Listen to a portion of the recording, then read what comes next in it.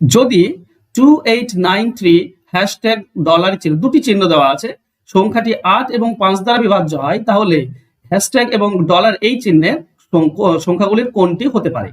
4টি অপশন দেওয়া আছে। মনে রেখো এখানে 5 দ্বারা বিভাজ্য কথা বলছে। আচ্ছা, 5 দ্বারা বিভাজ্য মানে শেষে 0 অথবা 5 থাকবে। দেখো প্রথমটিতে শেষে 0 নেই, বাদ দাও, 2 আছে। এটাতেও শেষে 2 আছে, বাদ দাও।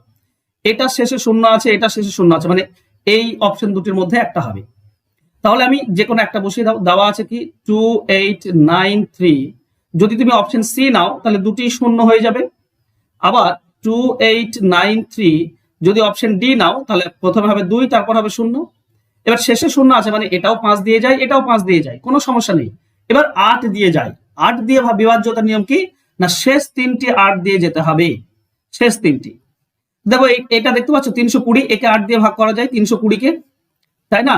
4 দিয়ে 32, 0 40 হয়ে যাবে। তারপরে এটা ভাগ করা যাচ্ছে, তো এটাই আমাদের উত্তর হবে, মানে সেকেন্ড অপশনটা, অপশন ডি হবে সঠিক উত্তর।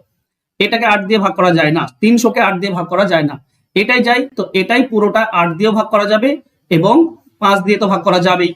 তো অ্যান্সার হবে অপশন ডি, অর্থাৎ 2 এবং 0।